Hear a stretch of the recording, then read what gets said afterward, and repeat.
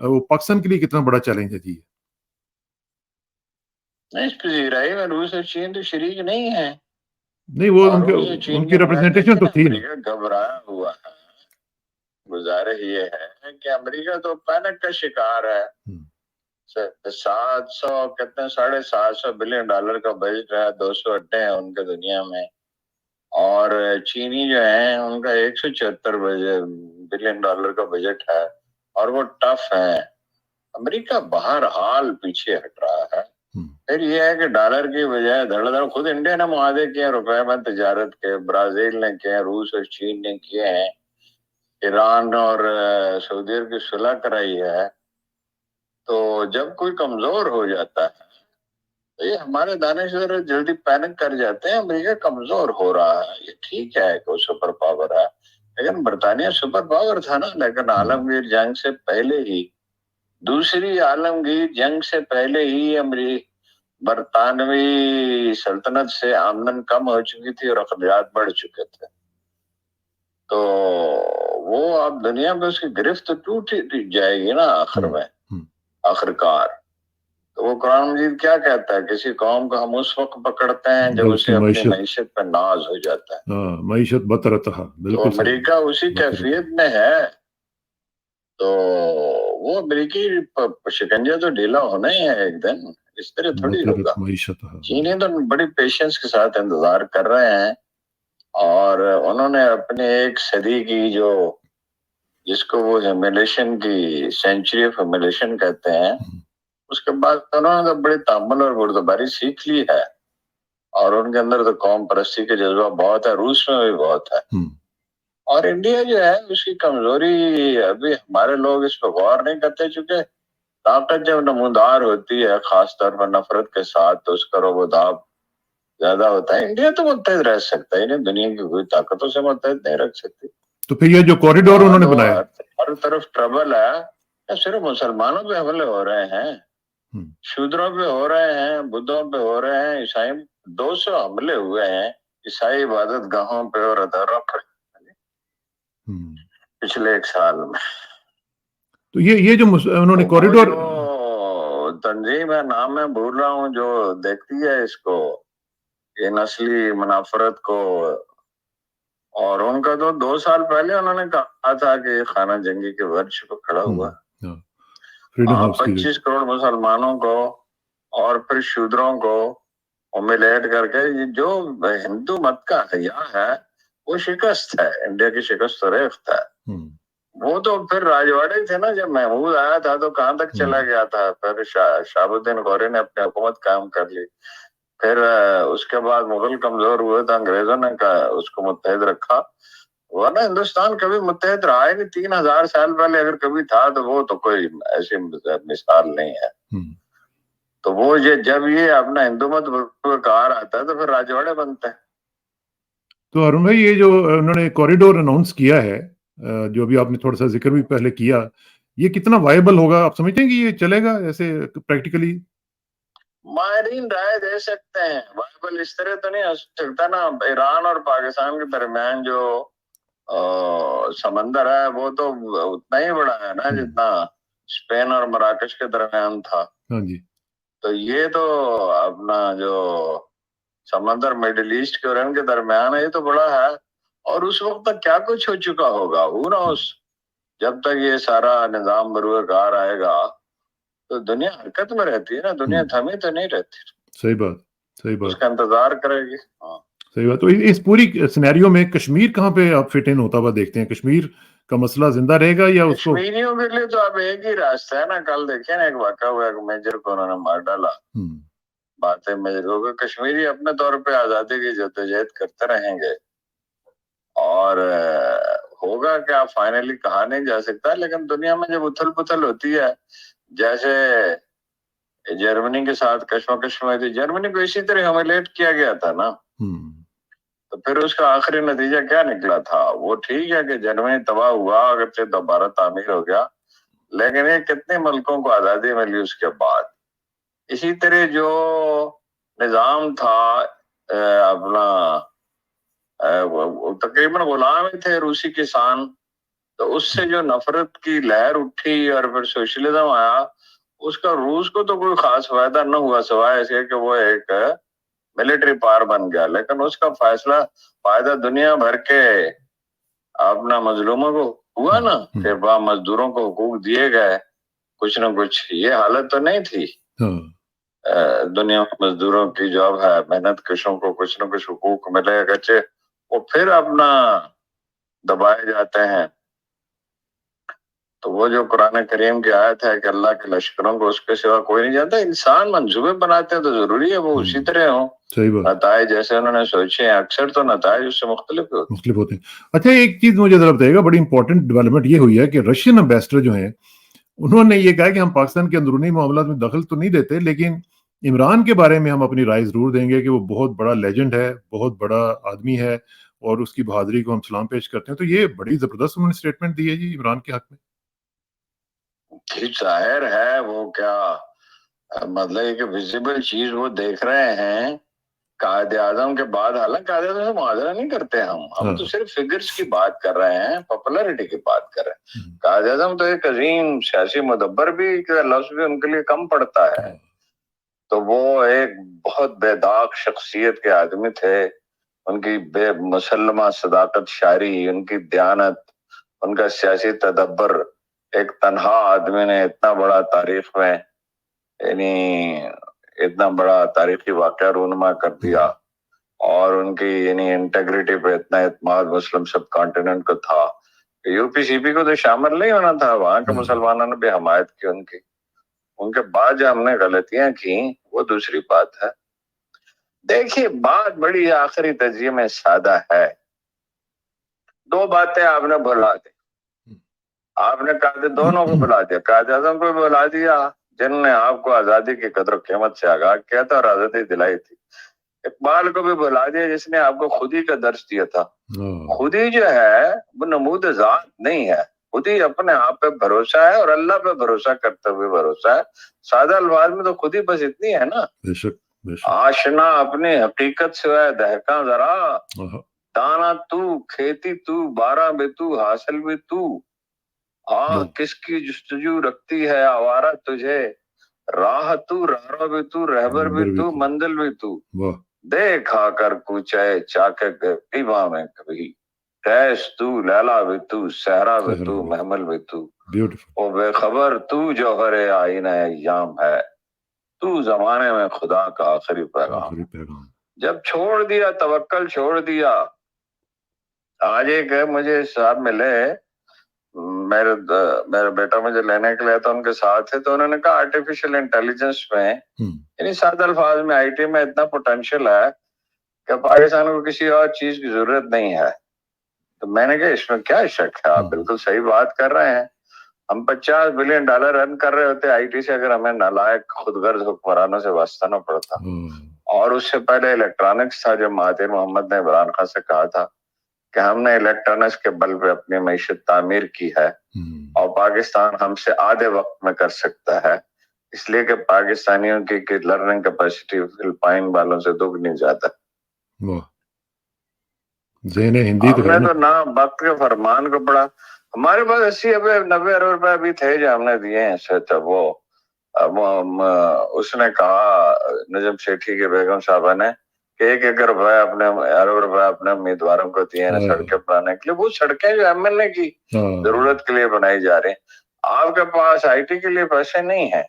اگر آج میں ہمیشہ کہتا ہوں آئی ٹی شروع کریں پہلی جماعت سے اور وہ آئی ٹی پڑھائیں آرٹیفیشل انٹیلیجنس جس کی دنیا میں ضرورت ہے، تو آپ چند برسوں میں جو ہے وہ 20, 25, 30 بلین ڈالر ارن کر رہے ہوں گے. اور آپ کے لوگ جو ہے اسٹیٹ آف آرٹ میزائل بنا سکتے ہیں، ایٹم بم بنا سکتے ہیں، اور آپ وہ الیکٹرانکس کے آلات نہیں بنا سکتے. یہ کتنی آمکانہ بات. میں آپ کو بتاؤں ارون بھائی، انڈیا میں ایک انسٹیٹیوٹ ہے، Indian institute of technology, engineering کا وہ اسکول ہے، اور اس کے اسکول کے جو لوگ نکلتے ہیں وہ دنیا میں جا کے انکلوڈنگ امریکہ وہ لیڈ کرتے ہیں. صرف ایک اسکول کے لوگ جو ہیں، آپ اندازہ لگا لیں. تو ہمارے ہاں جو ہے یہ کیوں نہیں ہو سکتا؟ ہم نے بنایا تھا نا، غلام اسحاق انسٹیٹیوٹ بنایا تھا نا، دنیا میں 8واں بہترین ادارہ تھا. تو اب بھی بنا سکتے ہیں، یہ نہیں ہے. کہ بھائی کوئی وقت جو ہے کہیں رک تو نہیں جاتا. اگر آپ چاہیں تو آپ بھی بنا سکتے ہیں, لیکن اگر ہم کشیدگی رہے گی تو کیسے اور اسی یہی تلخی رہے گی. دیکھیے دو چیزیں درکار ہوتی ہیں. معیشت کو تو معیشت ہمیشہ جدید ترین ہوتی ہے. باقی ایک ڈسپلن, ملک کو آزادی چاہیے ہوتی ہے. آزادی میں انسانی صلاحیت اور وقار آتی ہے, اور اس آزادی کی حفاظت کے لیے ایک ڈسپلن اور نگرانی کا نظام چاہیے ہوتا ہے. سول ادارے چاہیے ہوتے ہیں. جیسے ہمیشہ میں عرض کرتا ہوں, عدلیہ ٹھیک ہو, پولیس ٹھیک ہو, صحیح بات, تعلیم پہ آپ انویسٹ کریں, ہاں جی, ٹیکس کلیکشن آپ کی پوری ہو.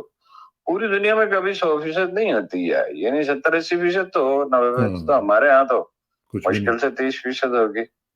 وہ بھی نہیں تو ہوگا. امن ہو, استحکام ہو, آپ کا سرمایہ ملک سے باہر نہ جا رہا. اچھا ہارون بھائی, آخر میں صرف میں چاہوں گا کہ ذرا تھوڑا سا یہ بھی بتا دیں, آپ نے کشیدگی کی بات کی, ایک سطح پر ہم دیکھ رہے ہیں کہ سطحی طور پر یہ جو ایک کشیدگی نظر آ رہی ہے بلاول میں اور ان کے والد صاحب میں, کہ یہ کیا واقعتاً کوئی کشیدگی ہے یا یہ گڈ کاپ بیڈ کاپ چل رہے تھے؟ نہیں, مجھے نہیں لگتا کہ یہ کوئی نورا کشتی ہے. لوگ کہہ رہے ہیں نورا کشتی ہے. دیکھیں نا, اس کی نورا کشتی کی تو انہیں ضرورت کیوں پڑی؟ نون لیگ میں تو ہوتا ہے نا جی کہ اسٹیبلشمنٹ سے رابطہ رکھنے کے لیے جب ضرورت ہوتی ہے شہباز شریف صاحب کردار ادا کرتے ہیں. تو یہاں مجھے تو غالب امکان یہی لگتا ہے کہ ان کا نقطہ نظر میں اختلاف ہے, ورنہ وہ آپس میں طے کر لیتے. اور بلاول کو کیا بیان دینے کی ضرورت تھی؟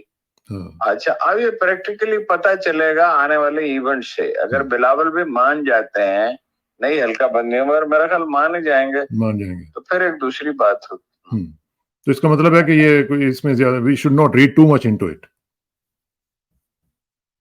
not too much, لیکن یہ جو بیان انہوں نے دیا اس میں ایک پہلو تو ہے, بیٹا باپ کے خلاف بیان تو نہیں دیتا نا. ہاں, اور پھر یہ کہنا کہ میں CEC کی بات مانوں گا, اپنے والد صاحب کی نہیں مانوں گا, تو یہ تو چیزیں ہیں. چلیں ہارون بھائی, بہت بہت شکریہ, thank you very much for your time جی. انشاءاللہ رابطہ رہے گا اور ملاقات ہوگی جی. تھینک یو ویری مچ, السلام علیکم.